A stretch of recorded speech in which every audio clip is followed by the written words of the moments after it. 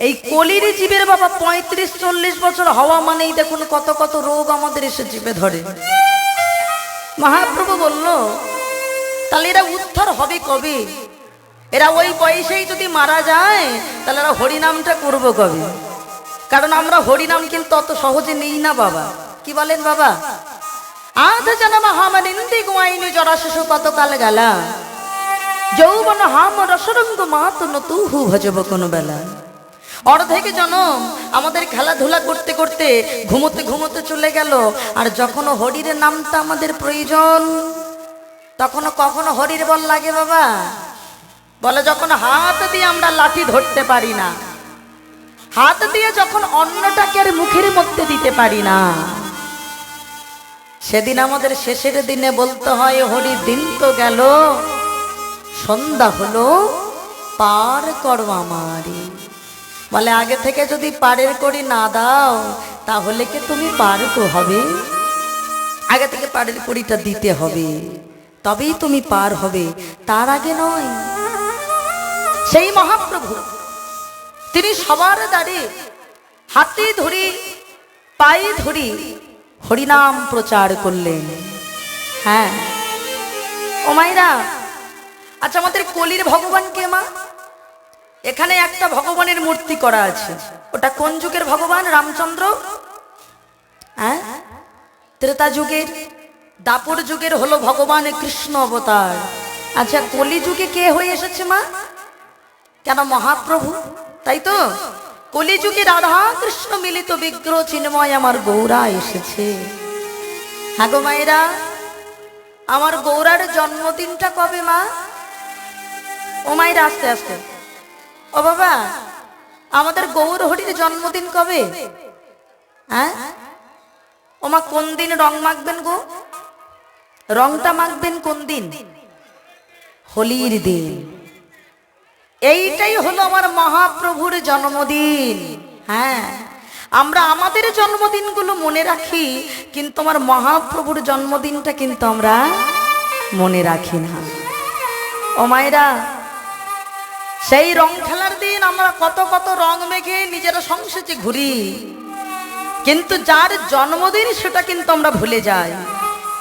একটা কথা জানবেন মা, ওই দিন হলো দোল পূর্ণিমা তিথি। ওই তিথিতে মহাপ্রভু সচিরচন্দ্র গোড়া আমার তিনি এসেছিলেন এই ধরাধামে, এই নবদ্বীপের মাঝে, নদিয়া নবদ্বীপের মাঝে, সচিকর্ব সিন্ধু মাঝে কলিহত জীবকে উদ্ধার করবেন বলে তিনি এসেছেন। কিন্তু মায়েরা, তিনি যে আসলেন ওই যে দোল পূর্ণিমা তিথিতে, আমাদের ওই দিন কর্তব্য কি মা? খুব ভালো করে মনে রাখবেন মা, ওই দোল পূর্ণিমা তিথিতে আমরা যখন রংটা নিজেরা নিজেরা খেলা করি ওভাবে আর খেলবেন না। এবার থেকে কি করবেন? যারা জানতেন তারা ঠিক নিয়ম পালন করেছেন, আর যারা জানেন না নিজেরা সকালে উঠেই রং মাখা শুরু করেন, সেটা আর করবেন না। সেই দিন সকালবেলা স্নান করে সুন্দরভাবে ভগবানের চরণে আগে রংটা দেবেন। হ্যাঁ, আবিরটা দিয়ে, সেই আবির দিয়ে তারপরে সবাই মিলে রং খেলা করবে না, তার আগে নয় মা। এটা কিন্তু নিয়মটা আমাদের পালন করা উচিত। আচ্ছা বাবা, যেদিন আমাদের দোল পূর্ণিমা মানে যেদিন আমরা রং খেলি, ওই হোলির আগের দিন একটা কিছু পোড়ানো হয় আমাদের গ্রামে গ্রামে। বলেন তো ওটা কি বলে মা?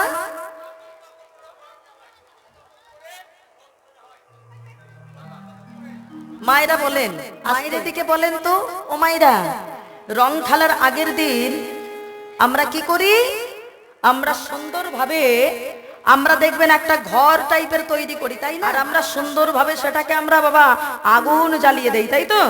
এটা করে কিনা আপনাদের গ্রামে? হয় হয় না? যেটাকে আমরা চাঁচড় বলি, হয় না বাবা? এটা কেন করা হয়? ওইটার নাম ভালো করে জানবেন মা, ওটাকে বলা হয় হোলিকা দহন। হোলিকা দহন। কেন হোলিকা দহন করা হয়? হোলিকাটা আর কেউ নয়, সবাই হিরণ্যকশিপুরের নাম জানেন, তাই তো বাবা? তাই হিরণ্যকশিপুরের ছেলে ছিল প্রহ্লাদ। প্রহ্লাদ ছিল, তা প্রহ্লাদ কোনদিনের জন্য হরির নামে একটুখানিও হলেও ভোলেনি বাবা। তা প্রহ্লাদকে যখন মারতে পারে না, হিরণ্যকশিপুর কখনো হাতির পায়ের তলায় দেয়, মারতে পারে না। কখনো শূন্য থেকে ছুলে ফেলে দেয়, মারতে পারে না। গরম তেলের মধ্যে দেয়, তবু মারতে পারে না। ভাবেন বাবা, হরি নামের কত ক্ষমতা। যখন মারতে পারে না, হঠাৎ করে নিজের বোনের কথা মনে পড়লো, যার নাম ছিল হোলিকা। হোলিকার কথা কেন মনে পড়লো? কারণ হোলিকা ব্রহ্মার বলে ছিল বলিয়ান। ব্রহ্মা তাকে আশীর্বাদ করে একটা চাদর দিয়েছিল, চাদর। ও মাইরা, ওই যে শীতের সময় এখনো কেউ কেউ চাদর পরে আছেন আর কি, চাদর। ওই হোলিকার ছিল একটা চাদর, যে চাদরটা পরলে আগুন কোনোদিন হোলিকাকে ক্ষতি করতে পারবে না, পোড়াতে পারবে না। কিন্তু হোলিকা যদি মনে করে ওই চাদর পরে কাউকে কোলের ভিতরে নিয়ে আগুনে বসে থাকবে, তাহলে হোলিকা পুড়বে না, কিন্তু কোলে যে থাকবে সে পুড়ে যাবে। কথাটা মনে পড়লো হিরণ্যকশিপুরের। তাহলে আমার বোনের কোলেই আমার ছেলে প্রহ্লাদকে তুলে দেব, আর তাহলেই আমার বোন আগুনের ভিতরে বসলে বোন তো পুড়বে না, কিন্তু প্রহ্লাদ পুড়ে যাবে। কোলের ভিতরে যেই না দিয়েছে। হ্যাঁ গো মায়ের, একটা কথা জানবেন, আমাদের ভালো সুকৃতি নষ্ট হয় আমাদের অপকর্মের জন্য। আমাদের যতই ভালো সুকৃতি থাক না কেন, যদি আমরা ভুল ভালো কর্ম করি, ওই ভালো সুকৃতি নষ্ট হবে। যখন এই চাদর মুড়ে দিয়ে বসেছে প্রহ্লাদকে কোলের ভিতরে নিয়ে, আর ওই আগুনের ভিতরে আগুনটা দাউ দাউ করে জ্বলছে, প্রহ্লাদ কোলের ভিতরে বসে বসে তখনও ডাকছে, শ্রীহরি তুমি কোথায় আছো, আমায় রক্ষা করো। বাবা, কৃষ্ণ নামের কি এত সহজ বস্তু? ক্ষমতা দেখুন মা। আগুন যখন জ্বলছে, ভগবান ভাবলেন আমার ভক্ত তো কিছু হতে পারে না। তার হরি নামের এমন ক্ষমতা যে সেই আগুনে আশীর্বাদ থাকা সত্ত্বেও হোলিকা পুড়ে ছাড়খাড় হয়ে গেল, কিন্তু প্রহ্লাদের আর কিছু হলো না। সেদিন থেকে আমাদের সনাতন ধর্মের মানুষ দোল পূর্ণিমার আগের দিন একটা ঘর তৈরি করে আগুন ধরিয়ে দেয়, যেটাকে অনেকে চাঁচর উৎসব বলে বা হোলিকা দহন বলে। কেন? তার কারণ হলো যে সব কিছু খারাপ কিছুকে নষ্ট করে দিয়ে, পুড়িয়ে দিয়ে, দোল পূর্ণিমার দিনে আমার কলির ভগবান মহাপ্রভুর যেহেতু আবির্ভাব, আমরা ভগবানের কাছে নতুন সাজে মনের যত কালিমা দূর করে তার কাছে নতুন সাজে ধরা দেই বাবা। এই যে আমার বাবা মায়েরা বসে আছেন মা, যে কারণেই আমি কথাটা বললাম, কারণ আর বেশি দিন বাকি নেই কিন্তু দোল পূর্ণিমা তিথি খুব সামনে, খুব তাড়াতাড়ি। তাহলে আমরা নিয়মটা যেন সঠিকভাবে পালন করি। আর এটা পালন করলে কি হবে বাবা, আমাদের যত প্রকারের জ্বালা আছে সব জ্বালা থেকে আমরা দূরীভূত হয়ে যাব। এই যে আমার বাবা মায়েরা বসে আছেন, একদম একটা সত্যি কথা উত্তর দেন তো। ও মায়েরা, আপনাদের জ্বালা আছে হ্যাঁ কি না? কি বলেন, জ্বালা আছে? বলে দেখো, সত্যি কথা হলো আমাদের সবাইকার জ্বালা আছে। ত্রিতাপ জ্বালা, আদে দৈবিক, আদে ভৌতিক, আধ্যাত্মিক, এই তিন প্রকারের জ্বালা থেকে দূরীভূত হতে পারবো যদি আমরা একটা মালা পড়তে পারি। কিসের মালা? হরি নামের মালা। আর এটা পড়লে কি হবে জানো? দূরে যাবে ত্রিতাপ জ্বালা, তোমরা পারো নামের মালা। দূরে যাবে ত্রিতাপ জ্বালা, তোমরা পারো নামের মালা। কোন মালা? বলে দেখো, সোনার চেনে পড়লে আমাদের জ্বালা বাড়ে, ডাকাতের ভয় থাকে। হরি নামের মালা পড়লে জ্বালা দূর হয়। দূরে যাবি ত্রিতাপ জ্বালা, তোমরা পড়ো নামের মালা। দূরে যাবে ত্রিতাপ জ্বালা, তোমরা পারো নামের মালা।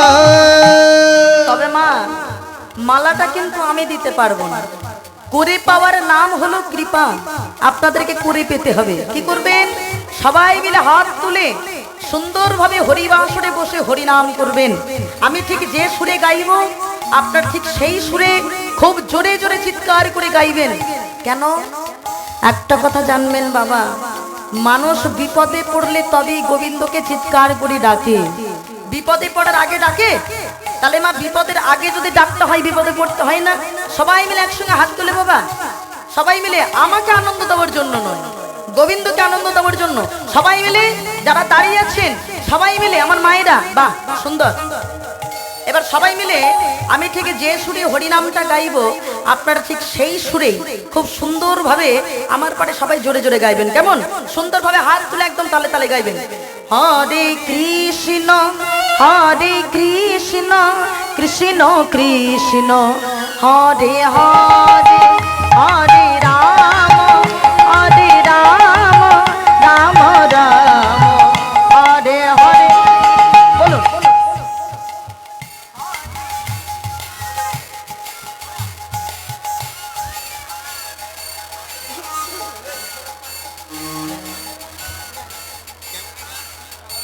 সুন্দর। রাম রাম হরে হরে। আরেকবার আমি আরেকবার বলবো। আমার বাবারা কিন্তু একটু কম বলছেন, তার মানে কি বিপদের ভাই বাবাদের কম আছে নাকি? কি বলেন বাবা?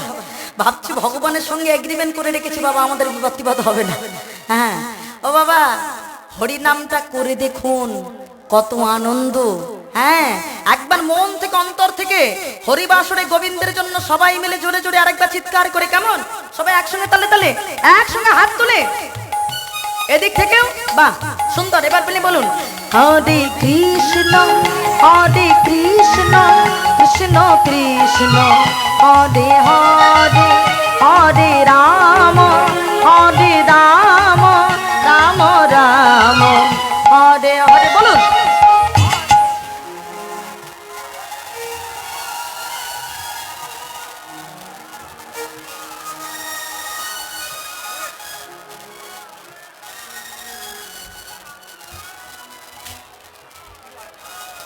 হরে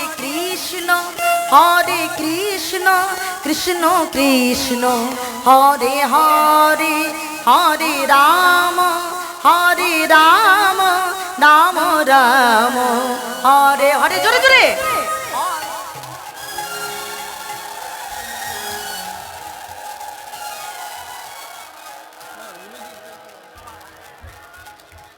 হরে রাম রাম রাম হরে হরে হরে কৃষ্ণ কৃষ্ণ কৃষ্ণ হরে হরে হরে রাম রাম রাম হরে হরে। উলধ্বনি হরি বল। হরে কৃষ্ণ কৃষ্ণ কৃষ্ণ হরে হরে হরে রাম রাম রাম হরে হরে। নাম গায় কৃষ্ণ নাম মধুর নাম। হরি বল হরি বল হরি বল হরি বল হরি বল। নাম গায় কৃষ্ণ নাম মধুর নাম। তাহলে হরিনাম এই যে আমার বাবা মায়েরা সুন্দরভাবে করলেন। আচ্ছা বলেন তো মায়েরা, হরিনাম শুনে বেশি আনন্দ? ও মায়েরা আস্তে আস্তে আস্তে, হরিনাম শুনে বেশি আনন্দ নাকি হরিনাম গেয়ে বেশি আনন্দ? বলেন তো বাবা। ও মায়েরা, শুনে বেশি আনন্দ নাকি গেয়ে বেশি আনন্দ? জোরে জোরে বলো। গেয়ে বেশি আনন্দ। কেন? বলে দেখো হরিনাম শুনলে যেমন জীবের মঙ্গল সাধন হয়, হরিনাম করলে আর কিছু হোক না হোক বাবা এই আত্মাটার স্নান হয়। হ্যাঁ একটা কথা জানবেন বাবা, আমাদের আত্মার কিন্তু কোনোদিন স্নান হয় না। ও মায়েরা, আমরা একদিন যদি স্নান না করি আমাদের শরীর কত খারাপ লাগে। তাহলে দেহের ভিতরে আছে আত্মা, এটার কোনোদিন স্নান হয় না। আর এটাকে স্নান করাতে গেলে লাগবে একটু হরিনাম। হ্যাঁ ওই জন্য দেখবেন কোন মৃত্যু বাড়ি থেকে যখন নিমন্ত্রণ করে কি বলে যে অমুক দিন আত্মার শান্তি কামনায় একটু রামায়ণ দিয়েছি, একটু কীর্তন দিয়েছি, বলে না? বলে বাবা যাত্রা দিয়েছি, বলে বলে হরিনাম একমাত্র রামায়ণেই একমাত্র কীর্তনে এই আমাদের মানুষের আত্মার স্নান হয়। কারণ মানুষ যখন মারা যায় দেহটা পড়ে, কিন্তু আত্মা কিন্তু কোনোদিন মরণ হয় না। তাহলে এই যে হরিবাসরে আপনারা এসেছেন বাবা, যে মহাপ্রভুর কীর্তন শুনতে, মহাপ্রভুর গুণগান শুনতে, সেই মহাপ্রভু আজকে দান চাইছে। বলে দেখো ভক্তগণ, সারা জীবন তোমরা আমার কাছে চেয়ে গেলে, কিন্তু আমি ঠিক করেছি আজকে তোমাদের কাছে চাইব।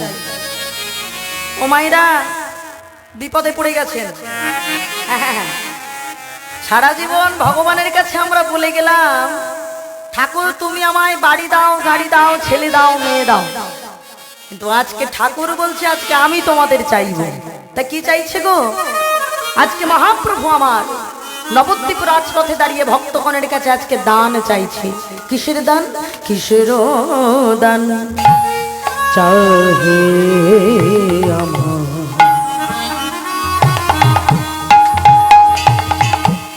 আমার গোড়া দিজ মনি কিসের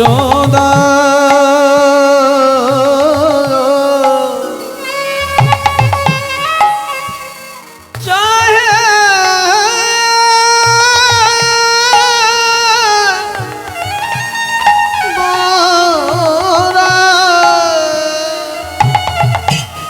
আমার গোড়াবন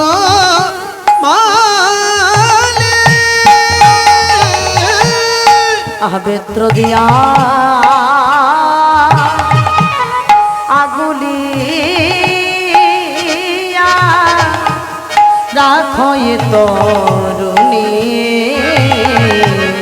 রাখো এ তরুণী, বেত্র দিয়া আগুলিয়া রাখল তরুণী, রাখল তরুণী। আজ তরুণী ফিরাইছে গো, তরুণী ফিরাইছে গো, তরুণী ফিরাইছে গো, তরুণী ফিরাইছে গো। বেত্রদণ্ড হাতে লয়ে তরুণী ফিরাইছে গো, বেত্রদণ্ড হাতে লয়ে তরুণী ফিরাইছে গো। বেত্র দিয়া আগুলিয়া রাখই তরুণী, রাখই তরুণী। তাই গৌর হরিবল হরিবল আগুলিয়া রাখয় তরুণী, রাখয় তরুণী। অনার্পিত চরিঙে চিরাত করুণায় অবতীর্ণ কল, সমর্পয়িত উন্নত উজ্জ্বল রসায় স্বভক্তি শ্রেয়ম হরিপুরতা সুন্দর দূতি কদম সন্দীপিত সদা হৃদয় কন্দরে সুরত সচির নন্দনা।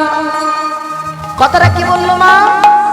অনার্পিত চরিঙে চিরাত করুণায় অবতীর্ণ কলো। তিনি আজকে করুণা করে সবার দ্বারে হরিনাম প্রচার করলেন। কেমন ভাবে? বলে হাতি ধরি আবার পায়ে ধরি।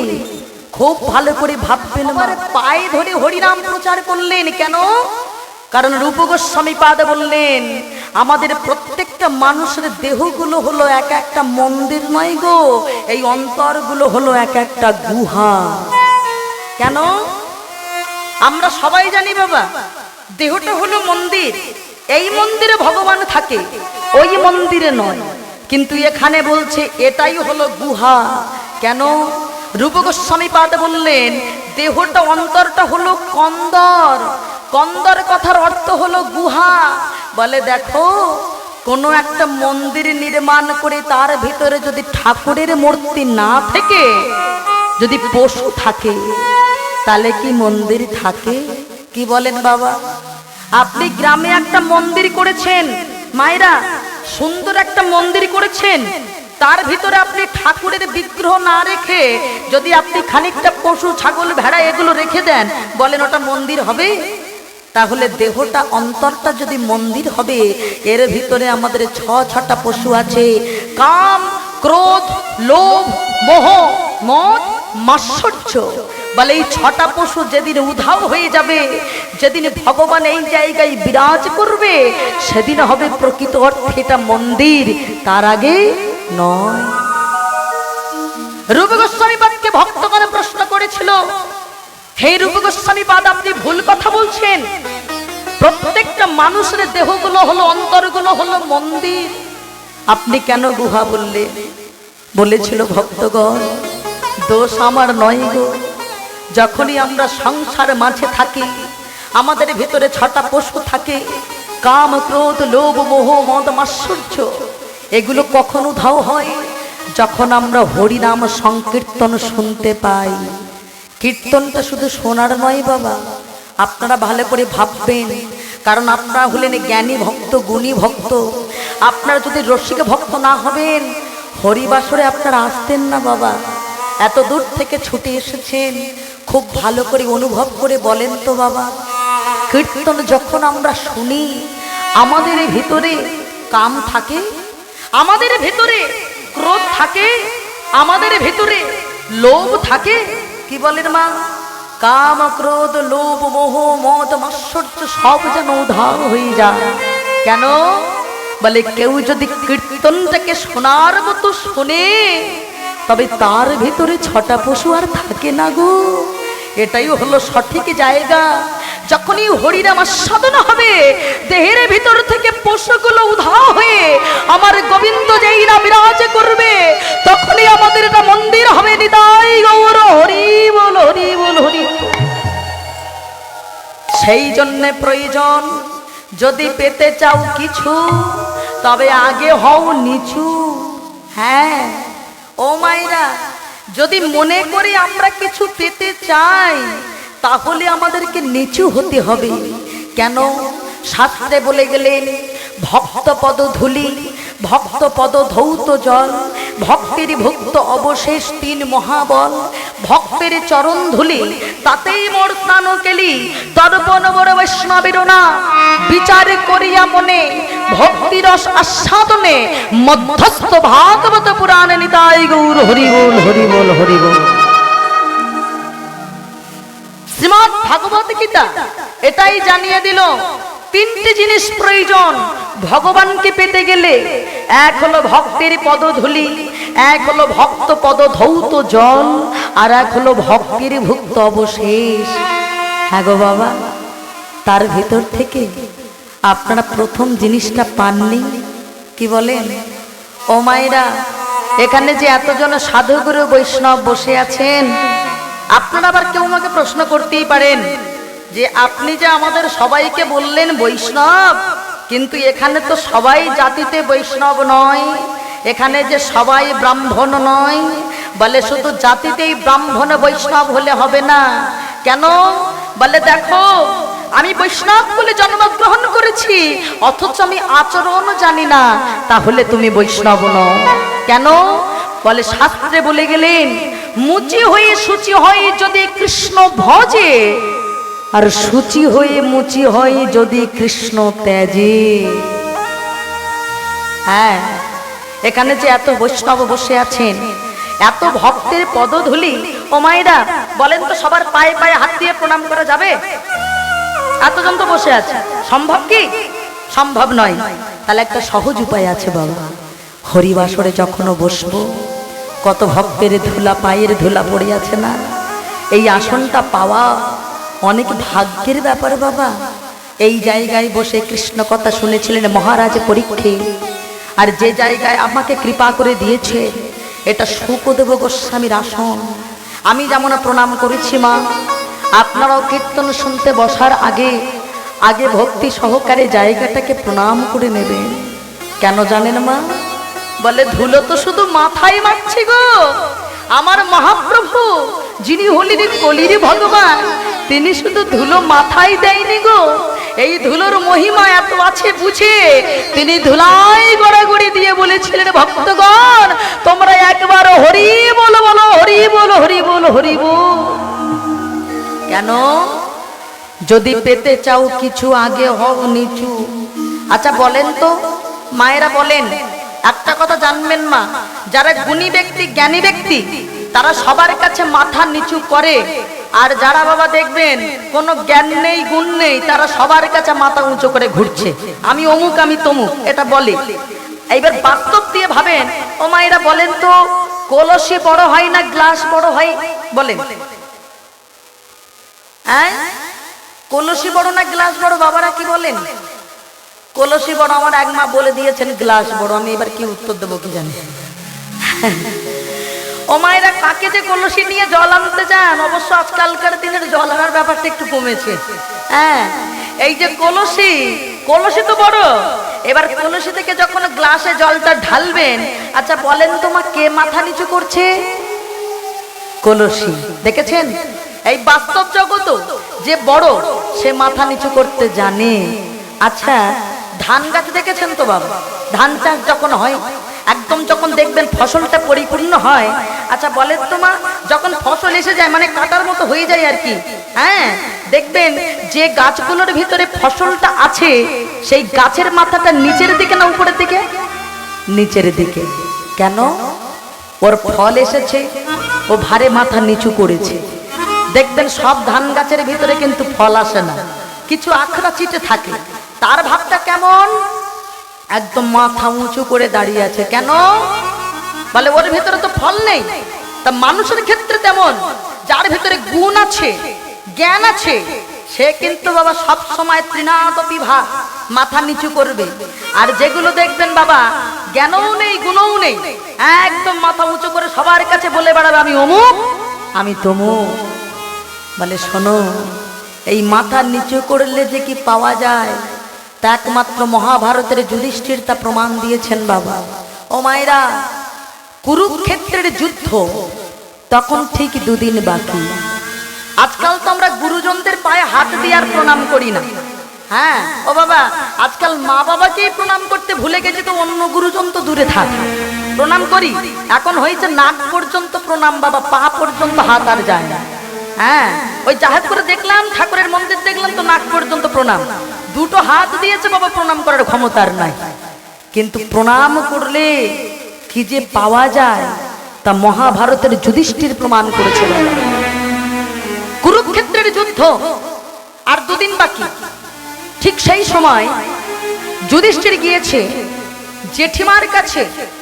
ও মায়েরা, জেঠিমাকে ওই যার 100টা ছেলে আছে না গান্ধারী, আর গান্ধারী ঠিক সেই সময় তুলসী তলায় প্রদীপ দিচ্ছে। এখানে আমার অনেক মায়েরা বসে আছেন। ও মায়েরা বলেন তো, আপনারা সন্ধ্যার সময় তুলসী তলায় প্রদীপ দেন? দেন তো মা? যারা দেন না তারাও ভালো করে শুনে নেন মা, কেন দিতে হয়। আচ্ছা দুপুরের সময় কি দেই আমরা? ধূপ দিতে পারি, কিন্তু প্রদীপ কি দেই? দিই না। সন্ধ্যার সময়টাতেই আমাদের প্রদীপটা দিতে হয়, কিন্তু কেন? এই নিয়মটা আমাদের আছে কেন যে সন্ধ্যার সময়তেই তুলসী তলায় প্রদীপ দিতে হবে? এর কারণ আছে মা, যারা দেন না ভালো করে শুনে নেন মা, কেন দিতে হয়। একবার ব্রহ্মাজি সমস্ত ছেলেকে সম্পত্তি ভাগাভাগি করে দিয়েছে।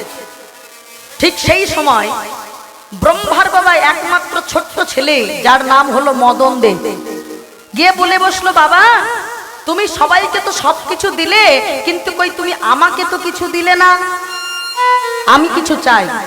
তা বললো, বাবা ঠিক আছে আমি তোকে 5টা বান দিলাম, মদন মাদন মোহন শোষণ ব্রাহ্মণ, এই 5টা বান তুই যখন যার দিকে নিক্ষেপ করবি সে তৎক্ষণাৎ বানের আঘাতে জর্জরিত হয়ে যাবে, তবে ভুল করে যেন মারিস না।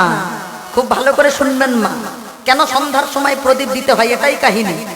এবার যখন এই কথা বলে ব্রহ্মাজি যেই না চলে যাচ্ছে, মদন দেব মনে মনে ভাবছে, বাবা যে আমাকে বানটা দিল এটা কতটা সত্যি আর মিথ্যে আমাকে প্রমাণ করতে হবে।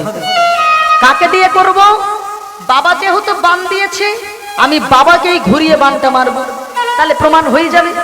এবার ব্রহ্মাজি বাবা যেই চলে যাচ্ছে, মদনদেব তাড়াতাড়ি করে সেই বানটা যেই না নিক্ষেপ করে দিয়েছে, হ্যাঁ যেই না নিক্ষেপ করেছে বাবা ব্রহ্মাজির দিকে ওই মদনদেব, ব্রহ্মাজি বাবা যেই নেবার চোখ মেলে তাকিয়েছে, ওই কামনার আগুনে জর্জরিত হয়ে গেছে, বান মেরেছে।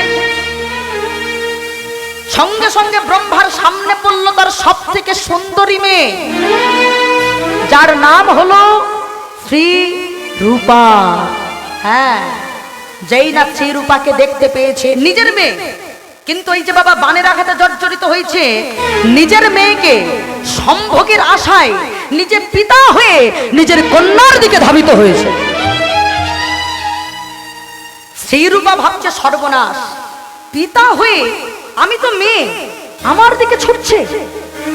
শ্রীরূপা ভাবলো আমি তো ইচ্ছা শক্তিতে প্রকট, তাই কখনো সাপ হচ্ছে, কখনো ব্যাঙ হচ্ছে, কখনো ইঁদুর হচ্ছে, নানান রকম যখন মায়েরা ওই শ্রীরূপা যখন রূপ ধরছে, ব্রহ্মা ঠিক সেই রূপেরই পুরুষ রূপটা ধারণ করে তবুও ছুটছে। মেয়েটা ভাবলো আমাকে লুকোতে হবে। কোথায় লুকালো? আকাশ গঙ্গায়। আকাশ গঙ্গা মাথার উপরে, মেয়েটা যে আকাশ গঙ্গায় গিয়ে লুকিয়েছে, ব্রহ্মা সেটাও দেখতে পাচ্ছে। কেন? ব্রহ্মার কটা মাথা ছিল মা? কটা? তিনটে, চারটে? আর কেউ কিছু বলবেন নাকি? কি বলবেন মা? কটা মাথা? বলে যা বলবে বলো বাবা, উত্তর দেব না, পরীক্ষায় পাশও করবো না, ফেলেও করবো না, হ্যাঁ উত্তর দেব না বাবা। ব্রহ্মার তখন মাথা ছিল 5টা, হ্যাঁ এখন 4টে, কিন্তু তখন ছিল 5টা। আমার এক বাবা উত্তর দিয়েছেন, ঠিক দিয়েছেন। কিন্তু যখন মেয়ের পিছনে ছুটছিলেন তখন মাথা ছিল 5টা, মানে উপরেও একটা মাথা ছিল। হ্যাঁ, যে মাথা দিয়ে দেখে নিয়েছে যে মেয়ে আকাশ গঙ্গায় লুকিয়েছে। আর এই ঘটনাটা দেখছে কে? মা পার্বতী। হঠাৎ করে ভোলানাথকে বলছে, স্বামী তোমার ভক্ত ব্রহ্মা ওই দেখো নিজের মেয়ের দিকে কিনা সম্ভোগের আশায় ছুটছে, তুমি কিছু একটা করো। আর যেই বলেছে কিছু একটা করো, ভোলানাথ তাড়াতাড়ি করে ত্রিশূলকে বলছে, ত্রিশূল এক্ষুনি যা, গিয়ে ব্রহ্মার যে উপরের মাথা এক্ষুনি সেটাকে কেটে ফেলে দে। ও বাবা, এবার ত্রিশূল ভোলানাথের কথা মতো ওই ব্রহ্মার যে 5 নম্বর যে মাথাটা ওটাকে কেটে ফেলে দিয়েছে। আর যেই কেটে ফেলে দিয়েছে বাবা, ব্রহ্মা এবার শান্ত হয়ে গেছে। ব্রহ্মার কটা মাথা? 4টে মাথা। এখন উত্তর হলো 4টে।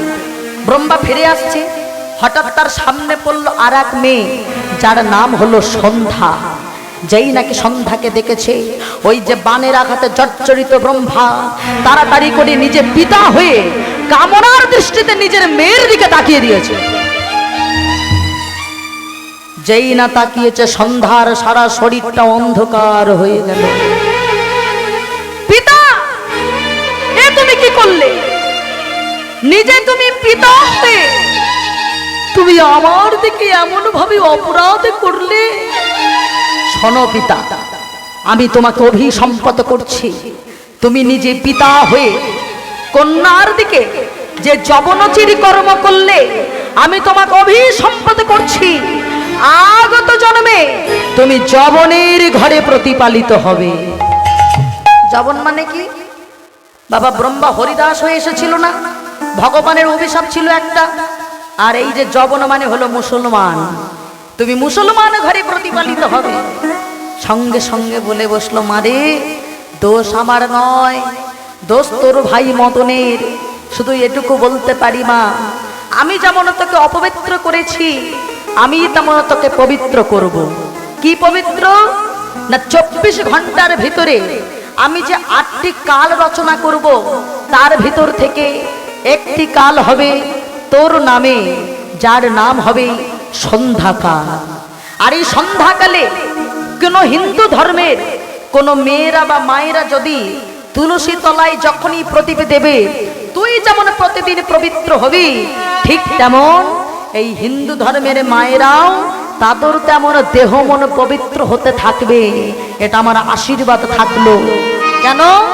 যত দেহ মন পবিত্র হবে তত ভগবানকে পাওয়ার সুযোগটা থাকবে। সেই জন্য মা সন্ধ্যার সময় অতি অবশ্যই তুলসী তলায় প্রদীপটা দেবেন, এটা নিয়ম। এবার প্রদীপ দিচ্ছে কে? গান্ধারী।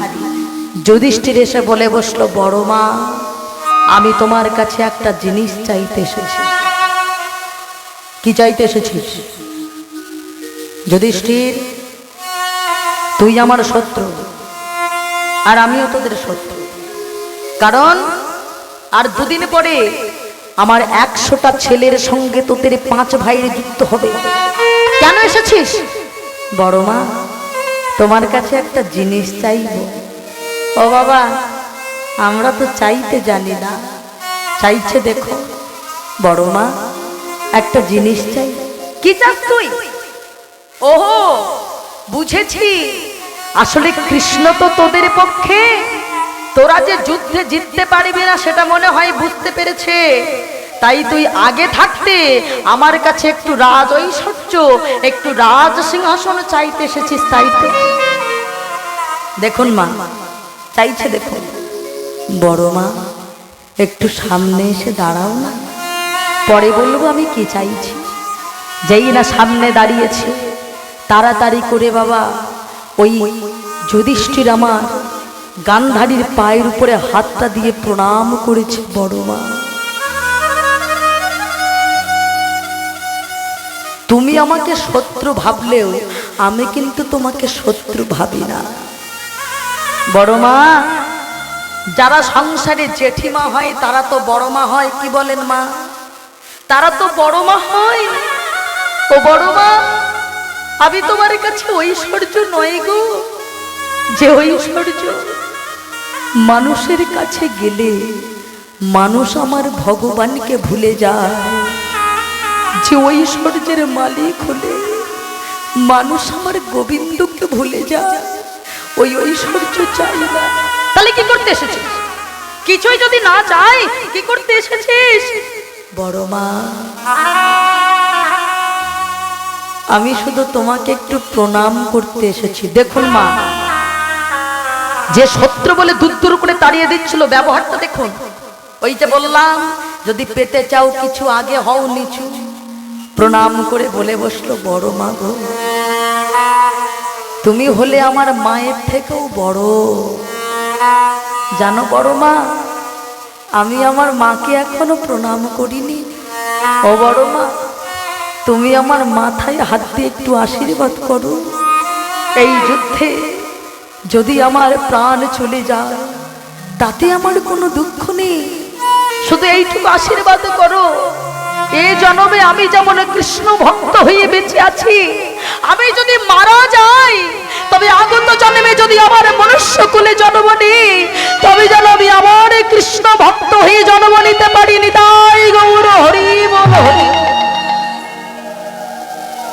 মায়েরা বলেন তো মা, যত বড় শত্রু থাক, যদি কোনো মায়ের পায়ে হাত দিয়ে যে যত বড় পাষাণী হোক যদি প্রণাম করে, আমার রাগ আর থাকে? চলে গেছে রাগ। গান্ধারী আমার বুকের ভিতরে জড়িয়ে ধরেছে। ও বাবা, আমি তোকে শত্রু বলে দূর দূর করে তাড়িয়ে দিয়েছিলাম, আর তুই কিনা আমার পায়ে ধরে মৃত্যু ভিক্ষা চাইছিস, আমাকে বড় মা বলেছিস। ও বাবা, তোর মৃত্যু হবে না, আমি তোর মাথায় হাত দিয়ে আশীর্বাদ করছি। এই যুদ্ধের পরিণতি কি হবে জানিস? এই যুদ্ধের পরিণতি হবে ধর্মপক্ষের হবে জয়, অধর্মের হবে নিশ্চিত পরাজয়। নিতাই গৌর হরি বল। দেখুন বাবা, গান্ধারী খুব ভালো করে জানতো যে তার 100টা ছেলে অধর্মের হয়ে লড়াই করছে, ধর্মের হয়ে লড়াই করছে পঞ্চ পাণ্ডব। তা সত্ত্বেও মুখ থেকে আশীর্বাদটা বার হয়ে গেল, ধর্মের হবে জয়, অধর্মের হবে পরাজয়। কেন? প্রণাম করেছিল বলে। হ্যাঁ ও বাবা, যেই চলে যাচ্ছে ভগবানের পিছনে দাঁড়িয়ে দাঁড়িয়ে হাসছে। যুধিষ্ঠির, আমি জানতাম আমি সব থেকে বেশি বুদ্ধিমান, এখন দেখলাম তুমি আমার থেকেও বেশি বুদ্ধিমান। আরে বাবা, সবাই তো পরীক্ষা দিয়ে পাস করে, তুমি তো পরীক্ষা না দিয়েই পাস করেছো।